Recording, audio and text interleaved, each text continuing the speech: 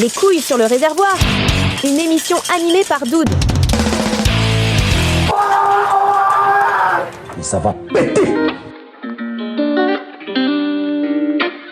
Si je vous dis caméra d'action, sûrement ça vous parle, d'autres moins, puisque caméra d'action, ça veut dire tout simplement les GoPro, les DJI Osmo, voire maintenant les caméras Insta360. Maintenant, si vous êtes motard ou que vous fassiez du vélo, du snow, du ski ou toute autre activité qui nécessite de porter un casque, eh bien, la pratique dont je vais vous parler va au mieux vous envoyer directement dans un fauteuil roulant ou au pire, tout simplement, vous tuer. Moi, c'est Doud, tu es dans mon émission Les couilles sur le réservoir. On se retrouve pour l'épisode numéro 2 de la saison 3. Si tu veux te faire plaisir avec le merch de l'émission, c'est dispo dans notre boutique en ligne sur leréservoir.fr. Tu peux aussi nous retrouver sur Instagram et TikTok, comme d'habitude. Là-bas, on y poste tout un tas de choses qui sont soit complémentaires ou complètement hors sujet de cette émission. Et pour finir, n'oublie pas les 5 étoiles sur ton application d'écoute.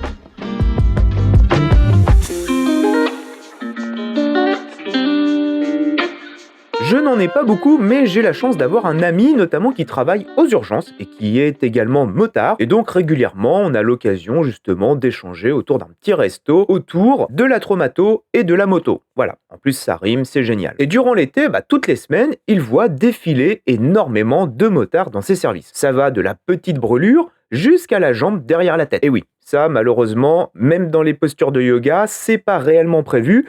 Mais par chance, si on peut dire, cela ne l'a pas trop dégoûté de pratiquer toujours la moto. Et dans nos discussions, souvent revient justement le thème de la protection. Parce que lui comme moi, qu'il fasse 5 ou 42 degrés, on roule toute l'année. Et ça, vous pouvez même le constater sur mon Instagram, puisque je vous rappelle qu'il y a maintenant quasiment un an, je m'amusais à faire du vélo dans 30 cm de neige au Canada. Et lors de notre dernier petit resto, il m'a raconté une anecdote. L'histoire d'un motard qui est arrivé et qui peu de temps après est mort. Alors que normalement, ce motard aurait dû rester parfaitement vivant. Et étant donné que cet épisode commence très fort en termes de joyeuseté, je vous propose d'enfoncer le clou du cercueil sans mauvais jeu de mots, en vous le disant tout de suite, le gars laisse derrière lui une famille avec un gamin, une femme, le chien, le poisson rouge, bref, la totale. Alors oui, on pourrait dire que sa compagne touchera l'assurance vie et qu'au final, elle ne s'en sortira pas plus mal que ça. Ils sont jeunes, elle a toute sa vie encore devant elle pour refaire sa vie. Et soyons clairs, ça ne compense quand même pas grand-chose, surtout quand on connaît un petit peu les raisons de tout ça. Alors là, vous êtes sûrement en train de vous dire, putain, Doud, quand même, t'abuses, t'as vu comment tu traites cette information-là, puis la famille, tout ça, c'est vraiment pas cool. Attendez, laissez-moi cuisiner, puisque le petit détail qui change tout, quand même, c'est que là, on va parler d'un accident stupide. Un accident qui est même sûrement arrivé à énormément d'entre vous et vous en êtes sortis parfaitement vivants sans séquelles. Au pire, peut-être une égratignure par-ci par-là, voire une foulure. Mais rien de plus. Sauf que là, dans notre cas, le pauvre monsieur, il est mort. Alors, même si je ne suis pas vraiment fan de l'expression, dans notre cas, on va parler d'une chose que l'on appelle communément le bon sens. Comme je vous ai dit, je n'aime pas trop ce terme parce que le bon sens, c'est souvent une affaire de perception personnelle, une sorte de curseur que l'on vient ajuster en fonction de ses valeurs. Donc, il est bien évident que les valeurs de mon voisin ne seront pas forcément les mêmes que les miennes. Donc, le bon sens va différer d'un individu à l'autre. Mais disons qu'on peut quand même trouver une sorte de consensus, avoir une sorte de moyenne au niveau de tous ces curseurs, surtout quand il s'agit de sécurité. Alors, peut-être que là, vous allez commencer à apercevoir un petit peu ce dont je vais parler, et ceux qui ne voient pas du tout, laissez-moi ajouter quand même quelques détails. Voici ce qui s'est passé. Ce motard était sur sa moto, en ville, à l'arrêt. Devant lui, une voiture, elle aussi, à l'arrêt, puisqu'il y avait un feu un petit peu plus loin. Les distances de sécurité étaient parfaitement respectées, et je dis ça non seulement parce qu'il y avait des témoins, mais également parce que la scène a été entièrement filmée. Il y avait quasiment 3 à 4 mètres d'écart entre la voiture de devant et le motard. Bref, une situation tout à fait banale et relativement sécuritaire. Ce que je vous encourage très fortement à faire, et que je vois que très rarement, malheureusement, que ce soit en moto ou en voiture, puisque laisser un espace de sécurité entre vous et le véhicule de devant, c'est un espace de dégagement. Et c'est aussi pour ça que quand je suis arrêté quelque part, que ce soit à un feu, un stop, un rond-point, en plus de cette marge de sécurité, je passe quasiment mon temps à regarder dans les rétroviseurs. Et vous allez voir, c'est pas inutile. Bref, vous voyez que notre ami motard a pris les dispositions nécessaires nécessaire et que la situation a l'air relativement sécuritaire. Et il n'aura fallu que quelques secondes pour que un conducteur, visiblement beaucoup plus concentré sur son téléphone que sur la route, décide tout simplement d'aller embrasser le pot d'échappement de notre motard. On estime que la vitesse de collision était entre 50 et 60 km/h, donc une vitesse quand même très élevée, ce qui est même déjà beaucoup trop quand on est en centre-ville. Petit rappel pour tous ceux qui viennent me dire oui mais la vitesse quand c'est limité à 50 j'ai le droit de rouler à 50, le code de la route dit aussi que vous devez adapter votre allure en fonction de la situation dans laquelle vous vous trouvez. Si vous êtes en plein centre-ville, qu'il y a beaucoup de circulation et de choses qui se passent autour de vous, eh bien vous devez réduire votre vitesse pour tout simplement avoir un temps de réactivité beaucoup plus adapté, puisque je vous le rappelle, la physique vous aide beaucoup plus à 30 km/h qu'à 50. Alors dans notre cas, vous imaginez qu'un véhicule d'à peu près 1,5 tonne lancé ne serait-ce même qu'à 50 km/h dans une moto pleine roue arrière, eh bien le motard se retrouve projeté comme un boulet de canon en avant. Il est passé de 0 km/h à quasiment la vitesse de la lumière en un claquement de doigts. En plus du coup du lapin, il a terminé la tête dans la plaque d'immatriculation du véhicule avant. Alors la plaque d'immatriculation se situait juste au-dessus du pare-choc, sous la vitre du coffre. Donc il était vraiment dans la partie métallique de la voiture. Jusque-là, on pourrait très bien se dire, bon, ok, quelques petites cervicales un peu en vrac, kiné, ostéo, tout ce que vous voulez bien, un bon bleu, une belle frayeur, mais normalement le casque joue son rôle de protection, hein. Là on est vraiment en plein dans un cas d'école, et c'est quelque chose qui devrait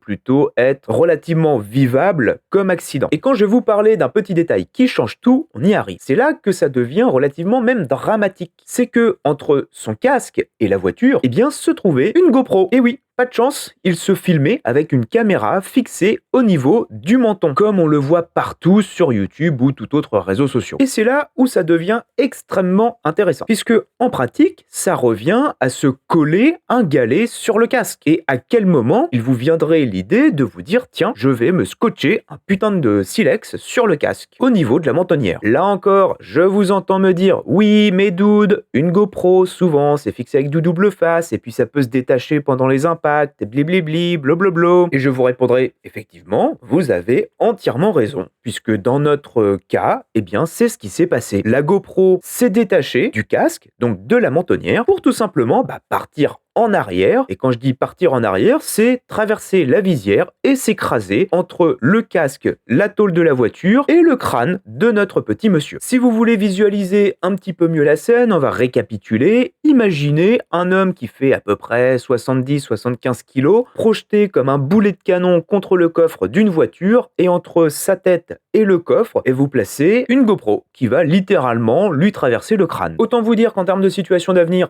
on a vu mieux, et que bien évidemment, il fera plusieurs arrêts cardio-respiratoires, et qu'au bout d'un moment, le dernier viendra, et ce sera fin de partie. Et entre nous, et c'est ce que je dis souvent, alors ça c'est une opinion strictement personnelle, je pense que c'est ce qui peut arriver de mieux. Une mort instantanée, plutôt que de se retrouver comme un légume, dans un fauteuil roulant, avec encore une bonne partie de la vie devant soi, dont on ne peut juste pas du tout profiter. Puisque je vous rappelle quand même, à partir du moment où vous êtes paraplégique ou tétraplégique, ça devient relativement compliqué au quotidien. Voilà, sachant qu'en plus, nous vivons dans un pays qui en a plutôt rien à foutre des handicapés. Et la dernière chose aussi qui se passe avec ce genre d'accident, chose qui est même extrêmement perverse, c'est qu'on peut très difficilement attribuer la mort ou une aggravation des traumas à cause justement de la présence ou non de ce genre de caméra ou même tout autre accessoire. Mais alors, si ces caméras disposées sur des casques peuvent tuer, pourquoi on n'en entend pas plus parler que ça? Puisque si vraiment c'était dangereux, on le saurait, non? Ou peut-être qu'en fait on le sait très bien, mais c'est simplement que on préfère juste l'ignorer. Pendant mes recherches pour cet épisode, je suis tombé sur cette fameuse histoire de Michael Schumacher qui apparemment serait devenu un légume suite à une GoPro disposée sur son casque de ski ou de snow. Et je vous le dis tout de suite, c'est faux. C'est faux tout simplement parce qu'en fait, c'est une rumeur qui a été lancée par un journaliste qui a émis l'hypothèse que justement son état serait dû à une GoPro installée sur le casque. Et ça a été tout de suite et très vite démenti par la famille et l'entourage, Mais voilà, malheureusement, c'est quelque chose qui s'est répandu et aujourd'hui, c'est très courant quand vous cherchez justement ce genre d'accident de tomber sur cette info. Eh bien, sachez qu'elle est fausse. Et personnellement, je n'ai jamais fixé ni ne fixerai de GoPro ou autre caméra d'action, puisque moi je ne suis pas GoPro mais j'ai les DJI Action sur mon casque. À quel moment fixer l'équivalent d'un galet de plusieurs centaines de grammes sur son casque est-il une bonne idée? Et c'est là que l'on va atterrir sur cette notion de bon sens. On peut aussi en parler, même si c'est quand même moins fréquent parce que c'est moins spectaculaire qu'une vision vraiment POV de la tête, mais c'est la méthode que j'ai décidé d'utiliser. C'est simplement monter la caméra en harnais, donc version POV un peu comme la police, sur le sternum. L'idée n'est pas forcément meilleure car en cas de choc frontal, ça peut tout simplement vous laisser un trou au milieu de la poitrine, mais ça reste toujours une solution préférable à celle de se coller un silex sur le casque et ressembler à une licorne à roulettes. Pour en revenir à notre histoire de bon sens, il ne vous aura pas échappé que faire de la moto en France comporte quelques obligations, notamment celle d'avoir des équipements qui sont adaptés et homologués. Ça, je pense que vous le savez très bien, puisque ça en a fait chier quand même beaucoup, notamment ceux qui avaient acheté une paire de gants à 70 € et qui, quelques mois plus tard, ont dû racheter la même, mais avec une étiquette CE. Voilà. C'est les joyeusetés de l'administration française. Et je pense qu'à ce moment-là, on a dû avoir un petit pic d'activité chez les couturières, notamment en ce qui concerne les étiquettes CE, où des gants qui avaient 3-4 ans d'usage sont mystérieusement devenus homologués du jour au lendemain. Voilà, moi je dis ça, je dis rien. Et quand on parle d'homologation, on parle tout simplement de l'utilisation des équipements dans un cadre donné, sans modification ni altération. Par exemple, je vais reprendre mon exemple de gants, ils sont développés pour protéger les mains quand on les porte. Ça peut paraître idiot, mais j'ai déjà vu des motards rouler avec leurs gants dans les sacoches en disant « Mes gants, oui, je les ai ». Voilà, ça par exemple, c'est non, mais ça existe, c'est non quand même. Eh bien, pour les casques, c'est pareil. Ils sont conçus pour être portés sur la tête, sans accessoires, ou en tout cas qui ne relèvent pas de la sécurité et qui ne sont encore moins à développer par la même marque de ce casque. Alors, là aussi, je vous entends dire « Oui, mais dude, les intercoms, blablabla, bliblibli, blablabla. » Oui, je suis d'accord, on va en parler justement des intercoms et sachez que des marques commencent également à développer des casques avec intercom intégrés ou en tout cas qui prévoient l'intégration de certaines marques d'intercom. Mais il n'en est pas moins que les normes d'homologation, qu'elles soient passées ou présentes, notamment je pense à la nouvelle, la 2206, eh bien, n'incluent pas les caméras d'action. Voilà, telles qu'elles soient, hein. Aucune. Mais alors, depuis le temps que les caméras d'action existent et qu'on vient se les coller sur la gueule, pourquoi ne pas les prendre en compte? En début de réponse, je vous redirigerai vers YouTube. Vous avez plusieurs youtubeurs moto, justement, qui ont fait tout un travail là-dessus, sur justement l'homologation et la comparaison de casques, et c'est vraiment au top. Il n'y a vraiment rien à dire, c'est du très beau travail. Donc, déjà, allez voir et vous aurez un petit début de réponse là-dessus. Et moi, je vais me charger de la suite. Car si on s'intéresse 2 secondes au sujet, ou même sans faire vraiment trop d'efforts, il suffit juste de regarder son casque pour en déduire qu'il a tout simplement une forme spécifique. Je vais peut-être en apprendre à certains, notamment les adeptes des accessoires montés sur le casque, autres que les GoPro, puisqu'on voit parfois des casques avec des crêtes, des cornes, ou même, alors là c'est le summum de la bêtise, carrément une cagoule. Voilà, des gens ont eu l'idée brillante et lumineuse de carrément foutre une putain de cagoule sur le casque. Bref, toutes ces saloperies que l'on trouve à quelques euros sur AliExpress.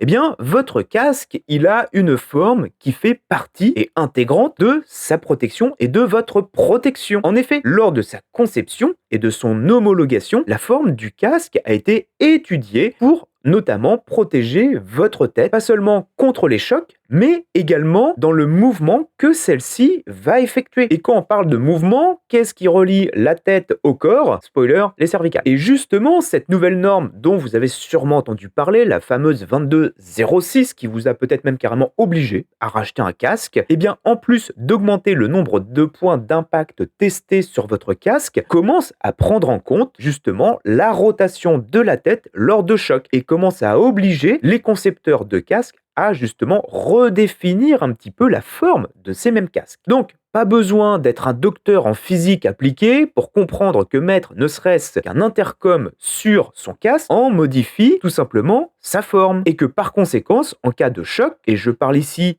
d'un simple intercom, alors imaginez une GoPro, eh bien le mouvement de votre casque pour lequel il a été étudié s'en trouve évidemment modifié. Et ce n'est pas tout. car votre casque est prévu aussi pour avoir un certain centre de gravité. Quand vous mettez le casque sur la tête, souvent vous vous plaignez, il est trop lourd, il est trop ci, il est trop ça. Mais quand vous rajoutez un accessoire de plusieurs centaines de grammes, vous déplacez le centre de gravité de votre casque. Et ça joue aussi énormément lors des impacts, puisque le centre de gravité de votre casque déterminera également, en tout cas aura un impact sur la direction que prendra votre tête lors d'une décélération violente. Je vais même être sympa et vous donner un petit indice supplémentaire sur pourquoi mettre une GoPro ou autre merde sur son casque est une bêtise intergalactique. Avez-vous déjà vu en compétition, que ce soit GP, Cross ou autre, des participants avec une caméra d'action sur le casque? Je vous laisse réfléchir quelques secondes et je pense que c'est déjà beaucoup de trop. Eh bien non, non, pas du tout. Pourquoi? Tout simplement parce que tous les règlements officiels, que ce soit du sport auto, moto ou autre, l'interdisent purement et simplement pour des raisons de sécurité. C'est bien pour ça que l'on intègre les caméras soit dans la mousse du casque, ça commence à se faire avec des micro-caméras au niveau de la mousse des tempes, ou alors directement sur le véhicule. Mais c'est prévu pour ça, c'est pas ajouté. C'est pas j'achète ma caméra chez la Fnac et je la mets sur ma moto GP ou mon casque. Je vous entends également déjà en train de dire oui, mais dude, rouler sur un circuit, c'est quand même beaucoup plus dangereux que sur la route, blablabla, bliblibli, vous connaissez l'histoire. Très bien les gars, parce que vous croyez que la route est moins dangereuse qu'un circuit? Moi je veux bien, sauf que sur un circuit, on a quand même quelques pilotes qui sont, on va dire, entraînés pour ça, alors que sur la route, vous avez tout et n'importe quoi. Et on a quand même beaucoup plus n'importe quoi que tout. Le dernier point, et pas des moindres, que je voudrais soulever aussi avec vous pour ce genre de pratique, c'est que en cas d'accident, si l'assurance découvre que l'état de santé a été aggravé par justement une modification des équipements de sécurité, il n'y aura aucune prise en charge. Alors oui, ça reste quand même assez rare, mais à partir du moment où la personne est morte et qu'il y a une assurance vie à verser, croyez-moi qu'ils vont se donner la peine. Et là, vous aurez absolument tout gagné. Enfin, façon de parler, puisque vous aurez tout perdu, de façon concrète, mais d'un point de vue Darwin Award, vous aurez parfaitement gagné. Après, petit lot de consolation quand même, vous avez au moins une vidéo souvenir comme on peut trouver à Disneyland. Bref, vous pourrez toujours chercher des arguments histoire de défendre ce genre de pratique. Tant que votre équipement ne sera pas prévu pour ce genre d'accessoires, vous resterez un potentiel vainqueur au Darwin Award. Là, nous avons vu d'un point de vue matériel comment ça se passe. On a surtout vu que ça se passe pas bien en fait à partir du moment où on décide de modifier un truc qui n'est pas prévu pour ça. Mais en plus du matériel, mettre une caméra sur ces équipements comme ça et se filmer en roulant, ça induit autre chose, et chose beaucoup plus sournoise que l'on appelle le GoPro Effect.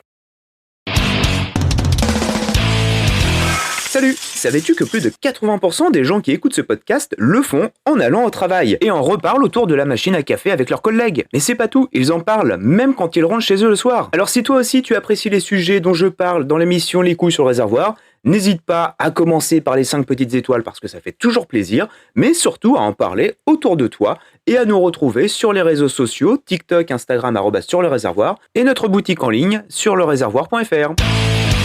Si je ne vous avais pas encore perdu à ce stade de l'épisode, ne vous inquiétez pas, ça devrait arriver pour bientôt. Puisque là, on va parler psychologie et biais cognitifs. Connaissez-vous quelque chose que l'on appelle l'effet d'audience? C'est une chose en psychologie qui est étudiée depuis très longtemps, puisque ça existe depuis tout simplement que l'homme existe et qui veut que quelqu'un qui se sait observer, que ce soit par un public, une caméra, un appareil photo ou whatever, vous avez compris le principe, modifie tout simplement son comportement de façon à performer, parfois jusqu'à prendre même des risques inconsidérés. Petit exemple concret, souvent vous voyez passer dans la presse tel influenceur est mort en voulant se prendre en selfie. Bon, voilà, c'est un exemple concret. Et comme si ce n'était pas suffisant, cette altération du comportement entraîne un autre biais appelé le biais de présentation de soi. Ok, alors là, posez-vous, on va discuter quelques minutes. Ce biais, il consiste à vouloir, dans le cas où on se sent justement observé, toujours, donner une image satisfaisante de soi-même. Ce genre de choses, en entretien d'embauche, les risques sont très limités. Mais à partir du moment où vous êtes sur une moto ou dans une voiture, là, ce n'est plus la même mayonnaise, puisque ça peut aller du simple accident au rendez-vous avec la mort. Bien évidemment, si je me permets de vous parler de tout ça, c'est bien parce qu'il y a eu quand même quelques travaux de fait dessus. Effectivement, quand je dis quelques travaux, en fait, c'est qu'on trouve de nombreuses études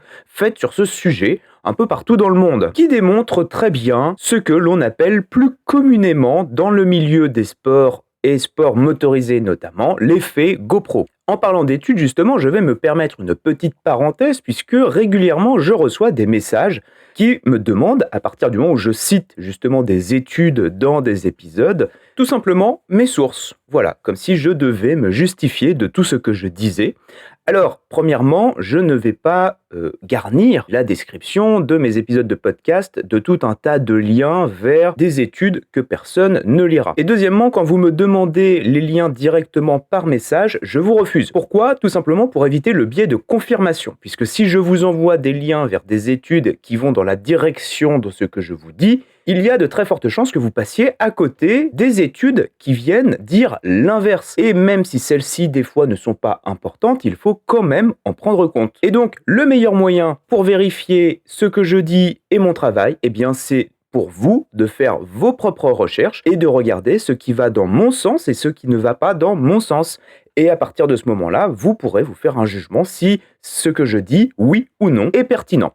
Donc voilà pourquoi je ne mets jamais mes sources en description. Et petit indice, pour ceux qui veulent se lancer, les 3/4 du temps, ça se passe sur le site PubMed. Mais revenons à notre psychologie de motard. Même sans publication scientifique, il est quand même assez facile de mettre cet effet en évidence. Déjà parce que nous-mêmes, on peut l'expérimenter très bien et très rapidement, et aussi très simplement en regardant quelques vidéos sur YouTube. Voilà, comme d'habitude, YouTube, source inépuisable à partir du moment où on parle de psychologie. Et une chose que l'on peut remarquer, c'est que dans ces vidéos en POV, alors pour ceux qui ne consomment pas du tout de porno, POV veut dire point of view. En français, ça veut dire point de vue, c'est-à-dire que l'image est filmée à travers le regard de la personne. Voilà, maintenant je vous laisse raccrocher les wagons avec le porno pour ceux qui n'étaient pas au courant.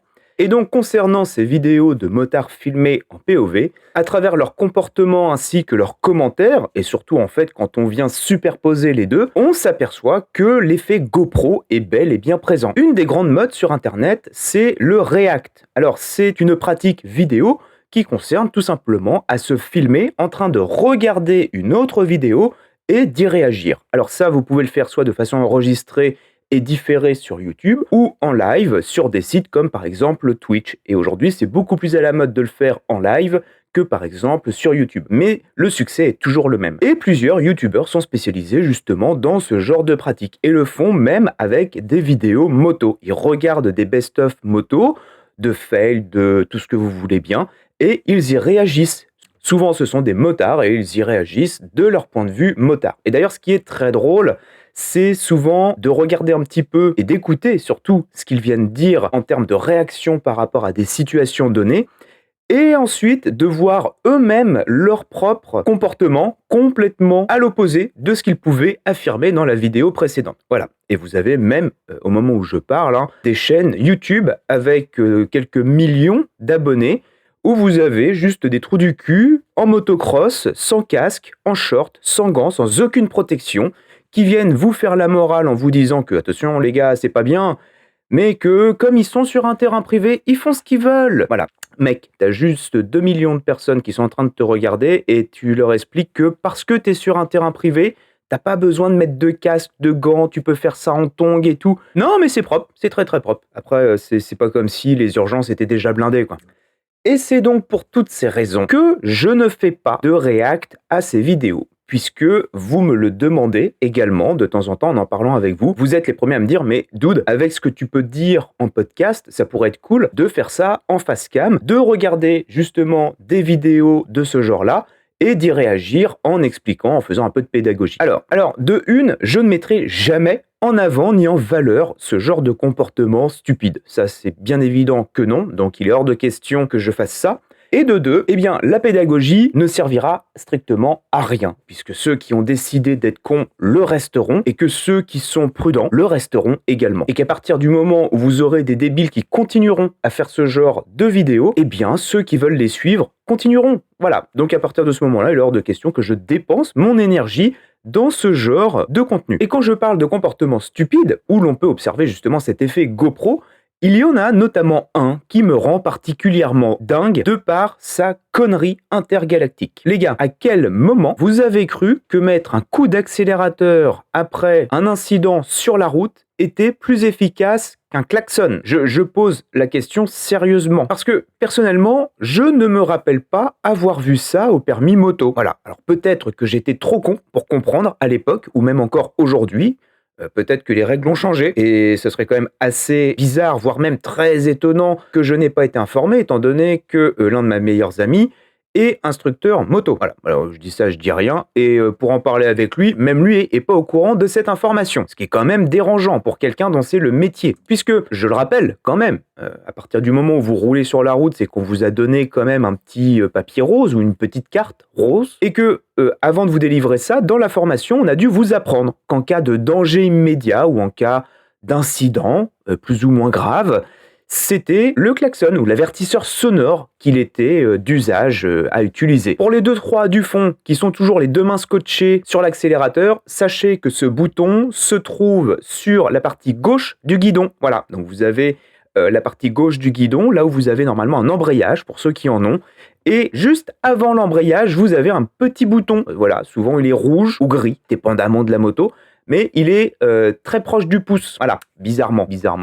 Je dis ça, je dis rien, mais peut-être que d'un point de vue ergonomique, on s'est dit que comme c'est quelque chose à utiliser en cas d'urgence, donc assez rapidement, on n'allait pas le foutre sous la selle. Voilà, je dis ça, je ne dis rien. Et pourtant, avec justement l'effet GoPro notamment, on voit systématiquement des motards jouer les kékés avec leur moteur au lieu d'utiliser tout simplement une fonctionnalité, un équipement en fait prévu juste pour ça. Alors, petit rappel de sécurité routière et surtout de physique, le klaxon est ou avertisseur sonore par son volume et sa fréquence, et oui parce que, désolé les gars, mais le son c'est une fréquence sonore, donc c'est une vibration de l'air, a un effet immédiat sur l'attention de la personne, chose que n'a pas le bruit d'un moteur au rupteur. Alors, résultat, au moment d'un incident, si vous décidez en tant que bon kéké de mettre un coup de gaz ou un coup de rupteur, eh bien les autres usagers ne vont juste pas comprendre du tout la situation ni le danger immédiat. Voilà, vous passerez juste pour un gros con. Et en même temps, vous viendrez tâcher tous les motards de votre comportement de merde. Et ça, vous pouvez le constater même sur toutes ces vidéos en POV. Soit la personne se demande ce qu'il se passe, tout simplement, ou soit devient instantanément agressive, puisque pour elle, le bruit d'un moteur au rupteur n'est pas signification de danger. Alors que, avec l'utilisation de l'équipement prévu à cet effet, tel que par exemple le klaxon, avertisseur sonore, voilà, l'alerte sonore est claire et universelle, puisqu'en fait on a été conditionné pour ça, tout comme le rouge sur les panneaux. Et donc ce bruit fait que les personnes se mettent instantanément en état de vigilance, contrairement au bruit d'un moteur au rupteur. La réponse sera instantanément un comportement beaucoup plus adapté, ainsi qu'une communication beaucoup plus claire sur l'état de la situation. Vous allez encore me dire, oui, mais dude, ce n'est pas tous les motards, blablabla, blablabla, comme d'habitude, il ne faut pas généraliser, blablabla, comme d'habitude. C'est vrai, et vous avez entièrement raison, mais le problème, c'est que justement, cette minorité, eh bien, on lui donne toute la visibilité qu'elle recherche sur YouTube. Et c'est bien là le problème, puisque à ça s'ajoute bien évidemment toute l'hypocrisie des chaînes qui diffusent ces mêmes vidéos. En plus de faire de l'argent sur le dos de ces idiots qui mettent non seulement la vie des autres en danger, mais en plus la leur, elles justifient que leurs vidéos sont, entre guillemets, de la prévention. Alors sérieusement, à quel moment fait-on de la prévention en mettant en valeur des comportements stupides tout en affichant « Tu veux ta vidéo sur ma chaîne ? Eh bien, écris à telle adresse ». Et c'est dans ce même genre de chaîne poubelle YouTube pour pseudo-motards que vous retrouverez des gens qui se plaignent de ouin ouin, les motards, on est mal vu, ouin ouin, les motards ci, les motards ça. Bref, je n'ai fait qu'effleurer cet effet psychologique que l'on appelle effectivement beaucoup plus communément l'effet GoPro et qui entraîne tout un tas de dérives comportementales sur la route, mais pas que. Mais, et c'est là où j'ai un petit espoir, c'est que justement ce genre de comportement est de plus en plus sanctionné. Et mauvaise nouvelle pour les concernés, puisque la chasse à l'effet GoPro est officiellement ouverte. Si tu as été énervé par tout ce que j'ai dit juste avant, eh bien sache que tu devrais maintenant être quand même relativement satisfait. Après, si tu as écouté mon épisode bonus concernant le karma, eh bien, nous allons y mettre les deux pieds en plein dedans. En effet, on a souvent tendance à l'oublier, mais il existe encore des lois sur cette terre qui permettent d'organiser tout ça.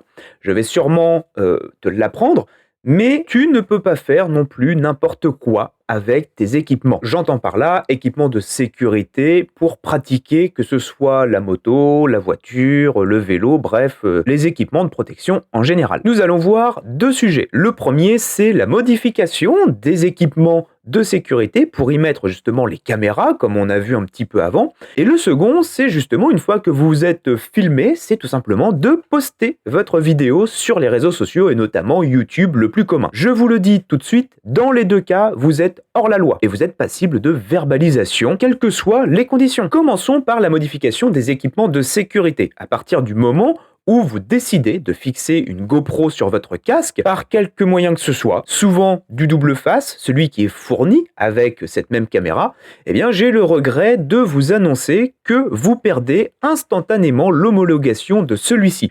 En effet, vous allez à l'encontre du règlement européen ECE 22-05 22-06 qui stipule que tout accessoire fixé de manière permanente ou par perçage, ce qui est quand même extrêmement rare sur un casque quand même, et qui n'est pas prévu par le fabricant, entraîne la perte de l'homologation de celui-ci. Cela signifie donc qu'en cas d'accident, si une GoPro ou tout autre accessoire non autorisé est fixé sur votre casque, comme c'est le cas dans 99% des situations, l'assurance vous refusera toute indemnisation. Et cerise sur le sundae, vous pourriez même être verbalisé par les autorités pour port d'un casque non homologué. Et ça, c'est l'article R431-1 du Code de la route qui vous oblige à porter des équipements homologués en France et en Europe. Sûrement, ça vous fait sourire et que vous vous dites, bon, d'ici à ce que l'on en arrive là, il y aura quand même beaucoup de gomme qui va couler sur la route. Eh bien, sachez pourtant que c'est exactement ce qui est arrivé à la personne dont je vous ai parlé au début de ce podcast. Je vous rappelle que les assurances, tout comme les casinos, ne sont pas vos amis. Voilà, peut-être je vous apprends quelque chose, mais elles sont là pour faire de l'argent. C'est avant tout quand même des entreprises privées, désolé les gars. Et à partir du moment où c'est elles qui vous doivent de l'argent, eh bien elles chercheront par toutes les ficelles possibles et inimaginables à ne pas avoir à répondre à leurs obligations ou en tout cas à s'y dérober. Et pour ma part, ça me ferait quand même assez chier d'avoir à cotiser à une assurance qui indemniserait un motard qui en a strictement rien à foutre de une, de la sécurité routière et de deux, du code de la route. Et sans même parler d'assurance, de sources sûres, lors de contrôles routiers, les autorités font de plus en plus attention aux motards. Sûrement vous l'avez même expérimenté, Vérification de l'homologation justement des équipements, bref, toi-même tu sais, échappement à Krapovic sans chicane. Donc, même si vous respectez le code de la route au millimètre près, à partir du moment où vous postez vos vidéos sur des plateformes publiques comme YouTube, si le point de vue de la caméra est sur le casque, vous pouvez être mis immédiatement hors la loi. Là encore, je vous entends dire, oui, mes doutes, ce serait quand même assez incroyable qu'on vienne me chercher juste parce que j'ai mis une GoPro sur mon casque. Comme ça, non. Si vous n'avez rien à vous reprocher, bien évidemment que non. Par contre, à partir du moment où vous avez peut-être quelque chose à vous reprocher dans cette même vidéo, ça peut effectivement faire partie du package. Mais alors, dude, quel package? Bien les enfants, sachez que à partir du moment où vous postez cette vidéo sur YouTube, et notamment le YouTube France, il y a de fortes chances pour qu'elle soit visionnée par les autorités.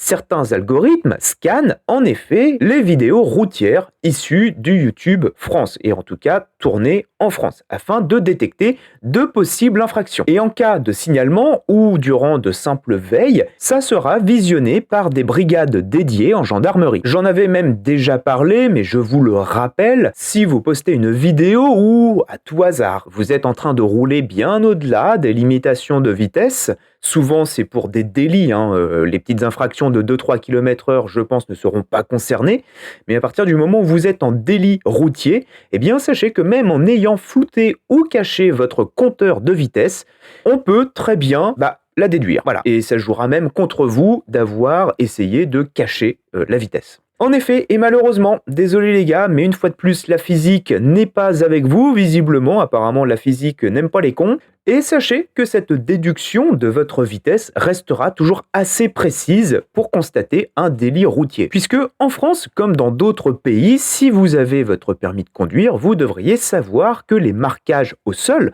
ainsi que les poteaux réfléchissants, les panneaux ou toute autre signalisation sont disposés à intervalles donnés, voire même des fois réguliers et à des distances qui ont été normalisées. Il est donc ensuite très facile pour les autorités d'en déduire votre vitesse et même de vous géolocaliser à partir de l'environnement dans lequel vous évoluez. Cela s'appelle l'OSINT pour Open Source Intelligence et c'est un raccourci pour dire simplement que c'est l'art d'analyser et d'exploiter des informations accessibles au public. Et ça, malheureusement, ce n'est pas une légende urbaine. Aujourd'hui, il suffit de voir le nombre croissant de youtubeurs, par exemple, qui se retrouvent verbalisés, voire même pire, des fois carrément perquisitionnés, après avoir posté des vidéos dans lesquelles, bien évidemment, ils enfreignent tout un tas d'articles de loi et viennent littéralement chier sur le code de la route. Comme d'habitude, ce qui est assez drôle ou pas, c'est que ces personnes qui se font prendre en flagrant délit sont souvent les mêmes qui viennent ensuite se plaindre du contrôle technique, des radars, bref, de tous ces contrôles routiers auxquels on peut avoir affaire en permanence. Et comme j'ai pu en parler dans l'épisode dédié justement au karma, eh bien sachez que les statistiques, tout comme la physique, n'apprécient pas les cons, puisqu'à partir du moment où vous allez multiplier votre comportement à risque, eh bien vous allez augmenter quasiment proportionnellement les chances que ça vous revienne en pleine face. Ce qui aura pour effet de vous transformer instantanément en pleureuse. Et il est évident qu'une fois ciblé par ces brigades, si vous êtes arrêté et verbalisé, vous allez avoir le droit au package complet, pouvant aller jusqu'à la saisie du ou des véhicules. Alors pour ma part, ça me fera justement une petite histoire drôle à raconter dans un des épisodes de Ça pique. Donc les gars, allez-y, ne vous privez pas. Se filmer, que ce soit en moto, en voiture, en vélo, en ski, bref, ce que vous voulez, en soi, ce n'est pas illégal du tout. Et bien heureusement, le vrai souci, et comme toujours, ce sont les conditions dans lesquelles cela se fait. Et à partir du moment où l'on rend public ces images, une sorte de course à l'innovation va s'installer. Or, depuis quelques années, cette innovation, crochet avec mes petits doigts boudinés, se fait bien souvent au détriment de la sécurité et du bon sens. Et encore, je dirais que ce n'est pas non plus le point le plus grave. Pour moi, le problème majeur, c'est le comportement de ceux qui refusent d'admettre que leur manière de faire est dangereuse, non seulement pour eux, mais également et surtout pour les autres. Là-dessus, Darwin avait déjà apporté une réponse claire, la sélection naturelle. Et aujourd'hui, et plus que jamais, on constate qu'elle continue malheureusement son œuvre, parfois de manière même très brutale. Mais chose que n'avait pas prévu Darwin, c'est qu'aujourd'hui, nous pouvons le documenter en vidéo. C'est la fin de cet épisode. N'oublie pas, tu peux nous retrouver sur Instagram et TikTok, même maintenant YouTube. Voilà, je n'en dis pas plus, je te laisse aller découvrir ce qu'il se passe sur la chaîne YouTube des couilles sur le réservoir. Et tu peux également aller faire un petit tour sur leréservoir.fr où il y a tout notre merch de disponible. Des bisous et comme disait Valérie, au revoir.